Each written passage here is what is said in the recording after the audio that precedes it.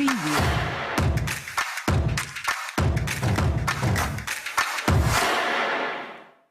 Bienvenidos un día más a Tech Talk by Skiller Academy, aquí en Negocios Televisión, y hoy vamos a hablar de negocios, pero con el mundo del fútbol. Para ello tenemos dos invitados espectaculares que han estado recientemente en el congreso que se ha celebrado en Sevilla. Quiero dar la bienvenida a Jan Alesi, cofundador y managing director del World Football Summit. Bienvenido. Muchas gracias, Juan Antonio. Encantado de estar aquí. Y Carlos Cantó, CEO de SPSG Consulting. Bienvenido. Antonio, un placer estar aquí con vosotros. Jan, coméntanos, el evento que hacéis relacionado con el mundo de los negocios y el fútbol es increíble, lo habéis hecho en Sevilla, yo estoy esperando cuándo es una edición en Madrid. Creo que habéis tenido cerca de 2.500 asistentes, especialmente mundo del negocio. Y otros 1.000 online. Cuéntanos un poco, ¿cómo ha sido ese evento que habéis celebrado? Bueno, el evento en Sevilla es la edición europea de World Football Summit.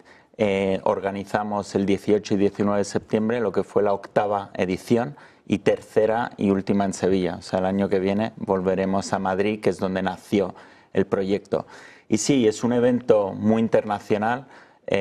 Más del 60% de los asistentes vinieron de fuera de España y principalmente es un evento, un punto de encuentro para toda la gente que trabaja en la industria o en el negocio que se mueve alrededor del fútbol y el deporte. ¿Cómo de grande es ese mundo de los negocios del fútbol principalmente? Porque se habla de que en 2027 va a llegar a 88.000 millones de dólares a mover esa industria. Bueno, la industria solamente el fútbol en España representa, y quizás ahí Carlos los números los conoce aún mejor que yo, pero el 1,4% del PIB en España. Sí, y poca gente lo sabe. Cuando la gente habla de fútbol, pues se cree que son 11 contra 11, un partido de fútbol, pero detrás de ese partido de fútbol hay toda una industria que está creciendo con números exponenciales cada año y que cada vez se internacionaliza más. Entonces, nosotros como organizador de evento, como plataforma, lo que proporcionamos es ese punto de encuentro tan importante para que se generen negocios y oportunidades de networking. De hecho, en Sevilla ha sido importante, ¿no? Porque todos estos asistentes dejan un movimiento económico importante en la ciudad. Creo que se habla de 20 millones de euros, ¿no? Bueno, eso era, la verdad, el impacto económico que tuvo este año World Football Summit. Habíamos previsto 20 millones, pero al final se ha subido a 30 millones de euros. 30 millones. Principalmente no es solamente la organización del propio evento, la cantidad de gente que se traslada a Sevilla para el evento, pero luego también el impacto mediático que tiene un evento como el nuestro. Al ser fútbol, el fútbol, pues bueno, la sola palabra atrae mucha gente, a muchísima prensa. Los ponentes, asistentes que nosotros llevamos al evento son de gran interés para los medios de comunicación, así que tenemos pues prácticamente todos los grandes medios en España que asisten, pero también medios internacionales como puede ser la BBC, CNN, New York Times, Bloomberg, etcétera. Carlos, coméntanos, tú que tienes todos los datos de todo lo que ocurre, no solo en el mundo del negocio del fútbol, también en el mundo de los patrocinios deportivos. ¿Cómo de grande es este ecosistema del mundo negocio relacionado con el fútbol? El fútbol en España, como muy bien ha comentado Jan, representa aproximadamente 1,4% del PIB, pero en general el deporte en sí genera el 3,3%. Es más importante a nivel de PIB porcentualmente que, por ejemplo, la cultura, que es el 3,2%, aunque estos son datos del año 2018 y estaría bien que se pudiera actualizar, porque intuimos, los que estamos dentro de la industria del deporte en sí, y especialmente del fútbol, que estas cifras ya se han vuelto un poco obsoletas y podríamos ya tranquilamente hablar casi del 4%, pero esto hay que confirmarlo. A nivel mundial es un poco menos, es entre el 1,5% y el 2% a nivel de lo que es el deporte, siendo el fútbol el deporte rey en todo el mundo, también, por ejemplo, en Estados Unidos, donde está creciendo muy mucho a partir también del auge de la MLS y especialmente en breves años la Copa del Mundo masculina, que se celebrará tanto en Estados Unidos como en Canadá como en México de forma conjunta. Jan, creo que ha habido un montón de noticias que se han visto en el Congreso. Yo creo que siempre hay gente que atrae mucha noticia, como es Tebas, pero aquí estamos más preocupados por la parte más de negocios y tecnología. Creo que se ha hablado mucho del impacto de la inteligencia artificial. O sea, no solo en la parte más financiera y del mundo del negocio, también en cómo se hace el entrenamiento deportivo. Claro. ¿Cómo ha sido esa parte de inteligencia artificial? Bueno, ¿y qué noticias y cómo está impactando? Sí. Bueno, yo creo que la industria del fútbol y el deporte no es ajena a cualquier otra industria. Yo creo que si vas a cualquier otro congreso, la inteligencia artificial está en boga de todos, ¿no? Y por supuesto en el fútbol también. El gran reto que tiene el fútbol como negocio es monetizar también todos esos fans que hay alrededor del mundo. Y la tecnología ha sido siempre el pionero, quien ha impulsado ayudar a que ese negocio crezca. Y por supuesto ahora la inteligencia artificial pues se ha sumado como, digamos, herramienta tecnológica para lograr unos resultados aún mayores, ¿no? La mayoría de hecho de asistentes o empresas que participan y que son clientes de World Football Summit son empresas tecnológicas, ¿no? Desde las grandes como Microsoft, Meta o Google, a también un montón de lo que se denomina Sports Tech Startups, ¿no? Startups que tienen un enfoque en tecnología. Y tenemos muchísimas que vienen, que hablan y por supuesto pues ahora todas ellas están implementando la inteligencia artificial en sus soluciones. Y esas soluciones van al negocio, pero como decías tú antes, también se implementan en la parte deportiva, ¿no? Cada vez hay más datos, esos datos se tienen que interpretar y la inteligencia artificial pues ayuda a ello, ayuda a entrenadores, a fisioterapeutas, a todos para que esta industria cada vez sea más sostenible y que siga creciendo año a año. Carlos, ¿cómo ves tú la llegada de la inteligencia artificial al mundo del fútbol? De momento no va a jugar al fútbol, entiendo, se va a quedar en el lateral. Veremos si hay algún avatar de un Messi, por ejemplo, y cuánto es el valor en el mercado. Por más, aparte, dos aspectos claros a mi entender. Primero, innovación no es tecnología. Tú puedes innovar sin ningún tipo de tecnología. Si nos preguntamos todos, por ejemplo, cuál ha sido la innovación más redundante, más relevante en el baloncesto, por ejemplo, podríamos convenir tranquilamente que fue la línea de 3 puntos, y no tiene nada tecnológico. A partir de ahí se cambió el sistema de identificación del talento de los jugadores, la estrategia de los partidos, la forma de entrenar, etc. Es decir, hay toda una serie de innovaciones que no son tecnológicas. Si nos centramos en lo que es la pura tecnología y contestando precisamente a la pregunta de la inteligencia artificial, yo no diría que es tan nueva. Al menos desde hace muchos años a nivel estadístico, análisis de regresión ya se estudia desde hace muchísimos años. Hay películas incluso en donde se habla en el béisbol de cómo se utilizaba toda esa data. Correcto, inferir a partir de datos pasados, inferir el futuro. Lo que pasa es que con todas estas nuevas tecnologías, ahí sí, todos estos datos primeramente incluso están en real time. En el mismo momento que se producen, tú ya puedes generar nuevos datos, nuevas inferencias en cuanto al futuro. Es muy generativo, ¿no? Entonces, ¿cómo se aplica? De forma transversal. Desde el punto de vista también de negocio, puede disminuir costes, por supuesto, pero también requiere de unas ciertas inversiones.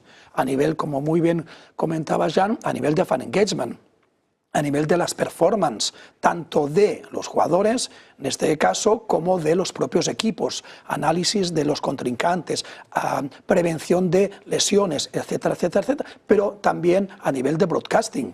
Todas estas retransmisiones, que luego quizá hablamos un poco del sportainment, esa fusión entre deporte y entretenimiento, donde estas retransmisiones que incluso pues, pueden inferir o te estiman en un penalti, por ejemplo, si lo tira por la derecha, por el centro o por la izquierda, por ejemplo, o las probabilidades de gol, etcétera, etcétera, etcétera. Entonces, está llegando, por supuesto, y se está capilarizando en todos los aspectos del ecosistema de la industria, en este caso del fútbol. Hace tiempo, antes del Congreso, estuvimos con Marian Otamendi, que conoce Jan, porque ella es cofundadora también y co-CEO del World Football Summit, de la importancia del impacto social del fútbol. O sea, que realmente, y creo que hay un caso que me gustaría que nos comentaras un poco. O sea, primero, ¿cómo ves, Jan, esa unión de toda la parte de impacto social y qué rol tiene el fútbol? Y segundo, creo que se habló de un caso muy interesante que va a hacer el Atlético de Madrid, justo aquí en Madrid. Sí, bueno, tiene una importancia enorme, siempre la ha tenido. Mandela dijo, tiene una frase muy famosa que es el deporte tiene el poder de cambiar el mundo, ¿no? Y eso es porque el deporte, y en especial el fútbol, yo siempre digo que es el mayor generador de contenido que hay en el mundo. Entonces tiene una enorme responsabilidad, porque todo lo que pasa alrededor del fútbol, los futbolistas, los clubes, tienen un altavoz muy, muy potente. Y por lo tanto, yo creo que también una gran responsabilidad en temas sociales. Entonces, bueno, nosotros en World Football Summit siempre le damos un altavoz importante. Es uno de las temáticas principales que abordamos en cada uno de los eventos, y el tema de la inclusión, por supuesto, es uno de ellos. Hasta ahora no se ha puesto mucho foco, ¿no? Porque yo creo que mucha gente con movilidad reducida ha tenido o ha sufrido el poder entrar a disfrutar de un partido de fútbol. Nosotros hace 2 años, dentro del marco de World Football Summit, tenemos unos premios con diferentes categorías. Una de las categorías desde hace 3 años es la de inclusión. Y lo hacemos además en colaboración con una ONG que se llama Integrated Dreams. Con ellos hace 2 años ideamos intentar batir el récord del mundo de mayor gente con alguna discapacidad en un estadio de fútbol. Que ese récord estaba en un estadio en Polonia hace como 6-7 años y habían asistido 1.100 personas. Y lo batimos y llegaron al estadio, fue un partido Betis-Valladolid y más de 1.700 personas con algún tipo de discapacidad vieron. Entonces, nosotros lo que hemos querido es darle continuidad a ese proyecto. Y lo hemos hecho gracias, o lo vamos a hacer gracias al Atlético de Madrid en el partido del 23 de octubre de Champions de Atlético Madrid-Lille. Ese proyecto, además, o esa ambición de batir ese récord, lo va a madrinar la ministra de Inclusión. Lo anunciamos, de hecho, con ella en nuestro evento de Sevilla. Y bueno, la verdad ciudad es que, de Madrid también está. Claro, por supuesto. ¿Quién está colaborando en esta? El Gobierno de España, el Ayuntamiento de Madrid, la Comunidad de Madrid, el Comité Paralímpico Español, por supuesto la ONG con la que nosotros trabajamos, Integrated Dreams, nosotros y cualquier actor que se quiera involucrar en este proyecto, pues aquí estamos porque este tiene que ser un trabajo de todos y conjunto. Y es un proyecto de inclusión donde, por supuesto, todo el mundo está invitado, así que esperemos que gracias a este proyecto visibilicemos esta problemática que aún existe y pongamos nuestro granito de arena en ayudar en esto. Increíble lo que va a hacer el Atlético de Madrid con esta iniciativa. Carlos, tú que tienes mucha conexión con las marcas y sabes la importancia del patrocinio deportivo, entiendo que todo este tipo de medidas y valores que transmite el fútbol es algo que buscan, ¿no?, los anunciantes. Absolutamente. Los patrocinadores o el patrocinio va mucho más allá de la visibilidad de marca. Hay unos objetivos muy claros en cuanto a patrocinio que son, evidentemente, la visibilidad de marca, que puede considerarse como un elemento higiénico, algo necesario pero no suficiente, pero aquí hay que sumar y que cada vez más aspectos de reputación de la marca, dentro del cual todos los temas de sostenibilidad, tanto medioambiental como social son parte absolutamente importante para mejorar esa reputación de marca, aparte de otros objetivos de patrocinio. Es decir, todos estos proyectos que se hacen conjuntamente entre las dos caras de una moneda, que al final es el patrocinio, la marca patrocinadora y la property patrocinada, cuando confluyen esos intereses, esos objetivos comunes y trabajan de forma unida en pos de proyectos como este en cuanto a la accesibilidad, que en los estadios, especialmente los más antiguos, es un reto, pero cuando hablamos de inclusión, etcétera, no solo es la accesibilidad en cuanto a la movilidad, también hay ejemplos de audiovisual. En el estadio del Bayern de Múnich, en Allianz Arena o en algunos otros estadios y pabellones, como por ejemplo el del básquet Girona, Betis, etcétera, también hay iniciativas para facilitar que a las personas con dificultad o limitación visual puedan disfrutar de los partidos y se les retransmite de una forma, digamos, tecnológica o presencial con en algunos guías lo que pasa, lo que está pasando, etc. Incluso recuerdo una innovación tecnológica muy interesante por parte del Santander, conjuntamente con el GESIC y con la Liga, de un tablero donde las personas con dificultad visual podían seguir el partido y sabían exactamente dónde estaba la pelota y todos los jugadores. Es decir, no hay solo temas de accesibilidad, digamos, física, sino de otras tipologías de discapacidades también. Y ahí, disculpa, también el papel fundamental y muy relevante que está desarrollando desde hace muchos años el Comité Paralímpico Español. Sí. Jan, como comenta Carlos, o sea, el tema valores veo que en el World Football Summit está constantemente presente. Hay una palabra que mencionáis mucho en la documentación que tenéis y en los informes, que es la palabra legado. O sea, estáis trabajando mucho en dejar ese legado. Un legado, primero, medio ambiente. Creo que no solo estáis preocupados de que sea sostenible, sino que sea regenerativo. O sea, que realmente se produzca una preocupación por el medio ambiente importante, también un legado económico, que haya también un legado de valores y también de instalaciones. O sea, que realmente el fútbol tiene esa visión no solo de que vivir el ahora, sino pensando mucho en el futuro, ¿no? Sí, por supuesto. De hecho, en esta edición de World Football Summit tuvimos una colaboración con una empresa española que se llama Bosquia para plantar varios árboles en Sevilla y que cada uno de los asistentes, ¿no? Y todos los ponentes y demás tuvieran un impacto en el evento y en el legado que vamos a dejar para World Football Summit, ¿no? Entonces sí, la sostenibilidad además es una temática muy importante.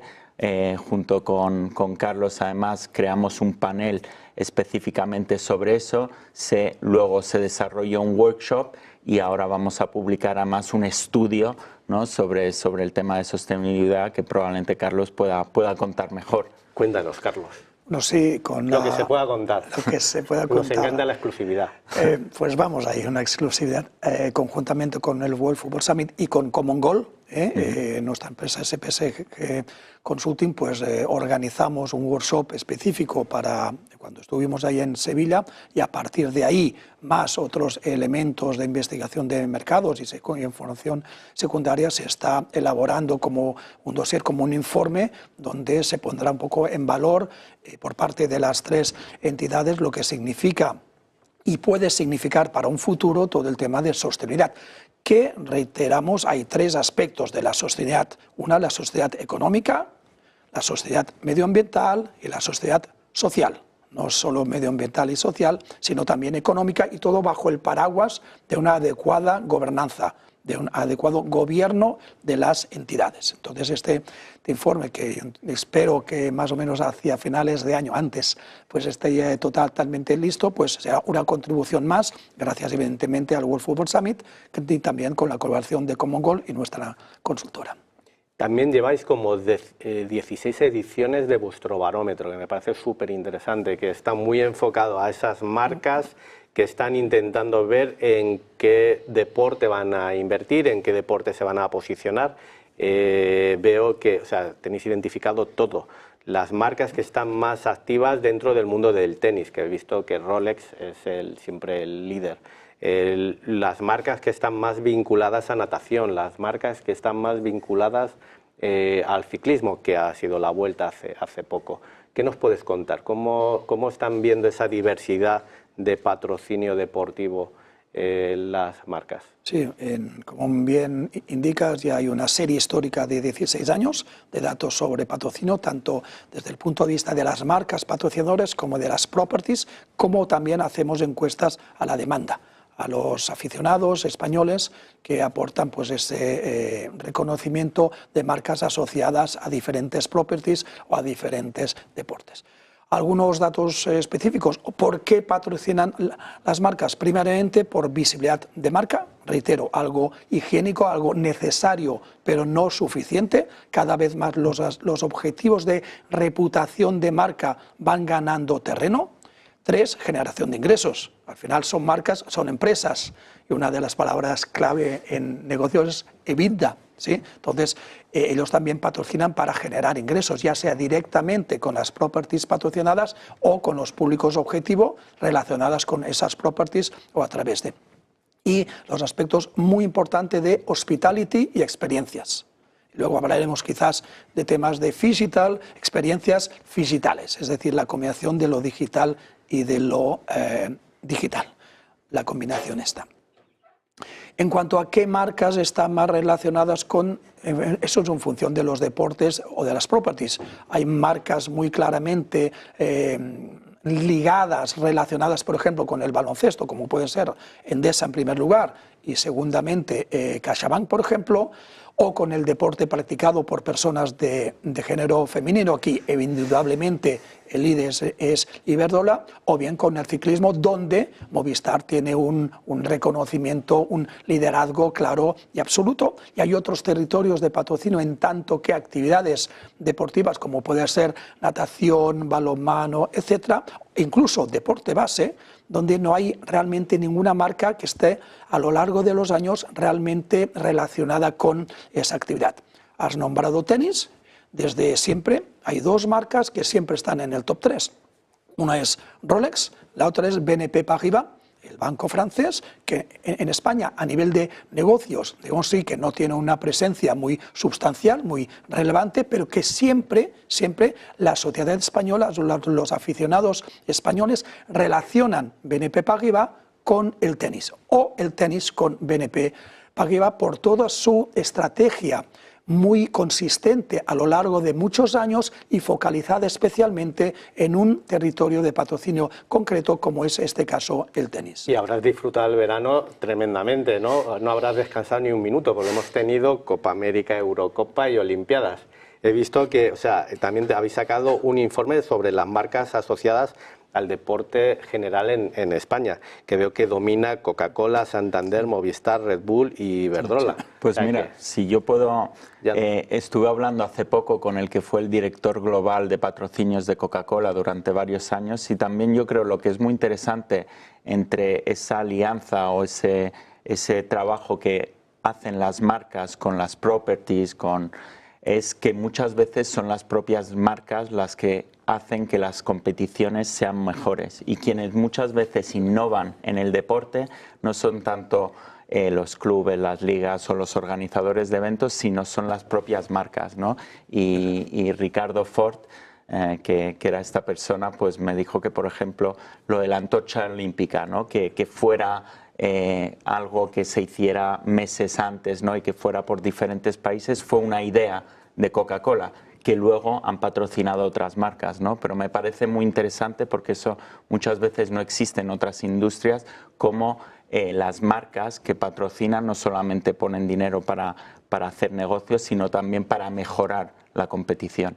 En ese aspecto, y gracias por el ejemplo, que es muy ilustrativo, el patrocinio tiene como 2 partes, ¿no? Una, todos los derechos, pero luego hay que activar esos activos y derechos de patrocinio. Y el tema de Coca-Cola con el Tour de la Antorcha es un ejemplo clarísimo de valor añadido gracias a la activación del patrocinio. Y esto es importantísimo. Y todo eso de los legados, de los proyectos, son elementos que tienen que conjugar los esfuerzos y los objetivos de ambas caras de la moneda, el patrocinador con el patrocinado. Vale, quiero entrar ahora en modelos de propiedad también, como ha cambiado, pero vamos a ir un momento a publicidad y te doy paso, Jan.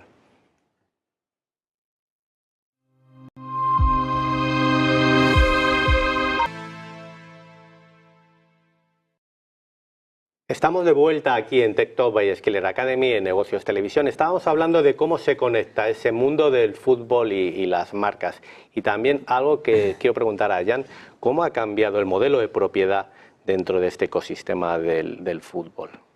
Pues ha cambiado mucho, principalmente porque hace unos años la industria del fútbol, por ejemplo, en verdad, como negocio, era prácticamente inexistente. Por eso nuestra primera edición fue en 2016 y en España no existía un evento como el nuestro. Y no existía quizás porque no había la necesidad. Ser dueño de un club de fútbol hace 15, 20 años probablemente era un muy mal negocio. Ha habido unos cambios, especialmente en el tema de derechos audiovisuales, que permitieron que en España, por ejemplo, hubiera una reforma económica y una distribución más equitativa de esos derechos de televisión en todos los clubes, que han permitido un saneamiento de la industria del fútbol en España. Y eso mismo ha pasado en diferentes países alrededor del mundo. Eso ha permitido que ahora mismo un club de fútbol bien gestionado puede ser un gran negocio, no solo a la hora de promoción o de visibilidad, que esa siempre la tuvo, pero sino también en términos económicos. Y bueno, ha habido, pues ahora los modelos de ownership de clubes de fútbol han cambiado mucho. Ha venido inversores, muchísimos americanos que han venido a Europa y a otros países porque ven el potencial que tiene el fútbol como una marca y un deporte muchísimo más global que el que ellos tienen. Y también otros modelos de negocio como el de multipropiedad, como puede ser el mayor ejemplo quizás, ¿no? Y la referencia es el del City Football Group, ¿no? que está liderado, ¿no? por un español que es Ferran Soriano y que Carlos además creo que conoce muy bien. Es que eso iba a preguntarte, Carlos, tú de gestión de equipo deportivo también tienes algo de historial. Cuéntanos un poco cómo has vivido esto y también un poco tu conocimiento. Yo diría que uno de los aspectos claves es una palabra, que es profesionalización. Cuando un sector se profesionaliza, es más atractivo para los inversores, porque ahí ven consistencia, ahí ven gestión. Entonces, todos cuando un fondo de inversión como un private equity, etcétera, invierten, es porque ahí ven futuro, pero porque se estará profesionalizando cada vez más todo este sector, ¿no? Y la irrupción, yo diría, de grandes fondos de inversión, de private equity, incluso la configuración de grandes conglomerados, ya sea monodeporte o multideporte, no es más que la traslación y la traducción de ese proceso de profesionalización, que no en todos los países es igual, porque hay, hablando de ligas, por ejemplo, hay ligas cerradas y hay ligas abiertas, con el riesgo, pero el aliciente, por otro lado, en función de dónde compres los clubes de fútbol, si lo compras en tercera, en segunda o ya en primera, de subir o de bajar. En ligas cerradas esto no existe, la incertidumbre, el riesgo para el inversor es menor. Y hay también ligas que permiten la multipropiedad. Es decir, por ejemplo, hace un mes aproximadamente la NFL ha aprobado las nuevas reglas por las cuales hay determinados fondos de inversión que pueden invertir al mismo tiempo en varios clubes, hasta un determinado porcentaje y hasta un número máximo de clubes en los cuales invertir.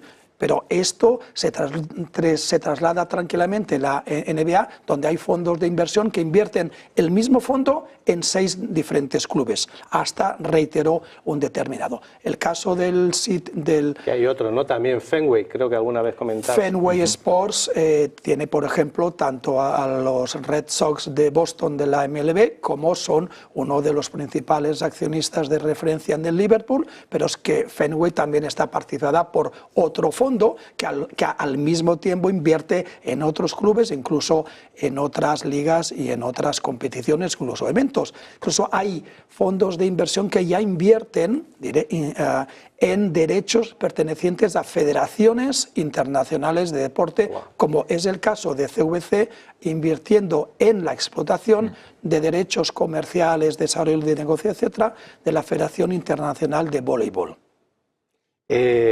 Jan, se habla mucho del rol de los exjugadores dentro de este ecosistema y este panorama de los negocios. En concreto, se habla de jugadores, creo que en Sevilla se habló de como Giorgio Chiellini, que está muy activo. Coméntanos, ¿qué rol tienen esos exjugadores dentro del mundo negocio? Sí, bueno, los jugadores de fútbol pues tienen una carrera que es limitada. Tienen también unos ingresos cuya la mayoría de ellos son muy importantes durante esa carrera, y al profesionalizarse también la industria, al crecer la industria, para estos jugadores se les ha abierto toda una cuestión de oportunidades. Chiellini forma parte de la organización Common Goal, que Carlos comentó anteriormente y de la que nosotros también formamos parte. Es una organización que a través de el apoyo de futbolistas en activo y organizaciones como UEFA, como la nuestra o como individuos, pues dona un porcentaje de sus ingresos a ONGs que usan el poder del fútbol para distribuirlo. Entonces, bueno, Giorgio vino como representante de Common Goal y recién fichado por la Juventus como director de Relaciones Internacionales de Fútbol, y bueno, pues contó un poco el poder y por qué él veía ese poder que tiene el fútbol, ¿no? para transformar en positivo la sociedad. Pero a nuestros eventos pues ha venido Juan Mata, que de hecho es el fundador de Common Goal, pues ha venido la Kings League, que como sabes es un proyecto impulsado por Piqué, pues ha venido Rakitic, que es un jugador que también es en activo. O sea, World Football Summit al final representa una plataforma para que estos exatletas y futuros exatletas, ¿no? pues formen parte de esta industria, ¿no? tan importante que es la industria del fútbol y del deporte. Es que ahora que has comentado el mundo digital, Carlos, ¿cómo se está viviendo esa experiencia digital y física? Porque se habla mucho, llega un futbolista Mbappé, cuántas camisetas de Mbappé hemos vendido, pero también hay un activo digital, ¿no? que se pone cada vez más en valor. ¿Cómo está esa experiencia, no sé si física, digital, mezcla, fusión de ambas? El mundo el mundo en los últimos años nunca ha sido físico, ni ahora es digital. El mundo ha sido, es y será digital, que es la combinación de lo físico y lo digital. Esto es un ejemplo claro. Este programa, también hay personas que nos están viendo, muchísimas, desde sus casas, desde sus oficinas, etc. Y es la combinación de lo físico, que los que estamos aquí en este plató, con las personas que están pues detrás de las pantallas, ¿no? En deportes exactamente lo mismo. Si nos fijamos en temas de experiencias, para ir, por ejemplo, al estadio, o antes de ir los estadios, ahí también combinas unas experiencias físicas, que es el propio estadio, el propio, etcétera, visitas a los vestuarios antes, después, asistencia o no a las ruedas de prensa, etcétera, con elementos virtuales que si tú pones, por ejemplo, en determinadas camisetas, especialmente conmemorativas, algún chip aquí, tú puedes con tu móvil, con tu smartphone, pues acceder a contenido adicional que explica, por ejemplo, la historia del jugador que llevaba esa camiseta o del club que son de los colores. Aquí un elemento importante en cuanto a tendencia es que esas experiencias un poco premium ya no solo son para las empresas. Igual que en un avión ya hay como 3 categorías, ¿no? O 4, el business, el economy, pero cada vez más en los aviones, especialmente de larga distancia, hay el economy premium. Es decir, personas físicas, no personas jurídicas, como puede ser, por ejemplo, los tradicionales palcos en los estadios para empresas, personas físicas que quieren disfrutar de esa experiencia de otra forma, un poco más. Lo de economy premium suena bien. O sea, Es que existen. Tiene todo. Correcto. Es un poco es pagando menos, pero con algunos elementos ya, digamos sí, de business, porque normalmente el business vas cuando te lo paga la empresa. Normalmente, no siempre. Y Jan, o sea, sé que has estado Tebas allí, has mencionado ahora la Kings League, esa audiencia joven, que es más joven, ¿sigue conectada con el mundo del fútbol tradicional? ¿Están buscando más una experiencia un poco diferente?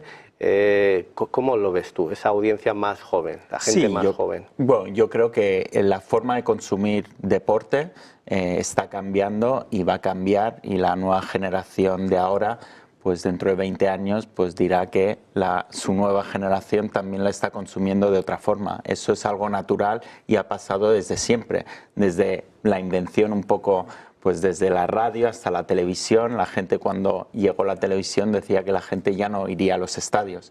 O sea, lo que está pasando en el fútbol es que se están adaptando las formas de consumo. Lo que yo creo que se dice muchas veces, que hay una falta o que hay menos interés por nuevas generaciones, por ejemplo, consumiendo deporte, yo personalmente creo que es una falacia. Creo que el deporte, y especialmente el fútbol, se consume cada vez más. Muchas veces esas falacias se dicen antes de los torneos, y cuando ya están los torneos y especialmente tu propia selección está llegando lejos, pues la única temática que hay es la del fútbol, ¿no? Y luego que el fútbol también y el deporte es algo muy global, y nosotros siempre nos miramos a nosotros mismos. Yo acabo de estar en Marruecos, donde quizás hagamos un evento el año pasado, y me contaban un poco de lo que fue en Marruecos, cómo se vivió la semifinal del Mundial del 2022, donde por primera vez Marruecos había llegado tan lejos. Y me decían que probablemente el 100% de la población marroquí estaba viendo ese partido. O sea, eso es algo que no se puede trasladar a ningún otro deporte y a ninguna otra industria, ¿no? Así que la forma de consumir es diferente, y eso es lo bueno, ¿no? Porque estamos avanzando, igual que está avanzando cualquier otra industria. Pues esto yo creo que nos deja un gran debate para el siguiente, y nada, hasta aquí ha llegado nuestro Tech Talk by Skiller Academy en Negocios Televisión. Nos vemos la semana que viene.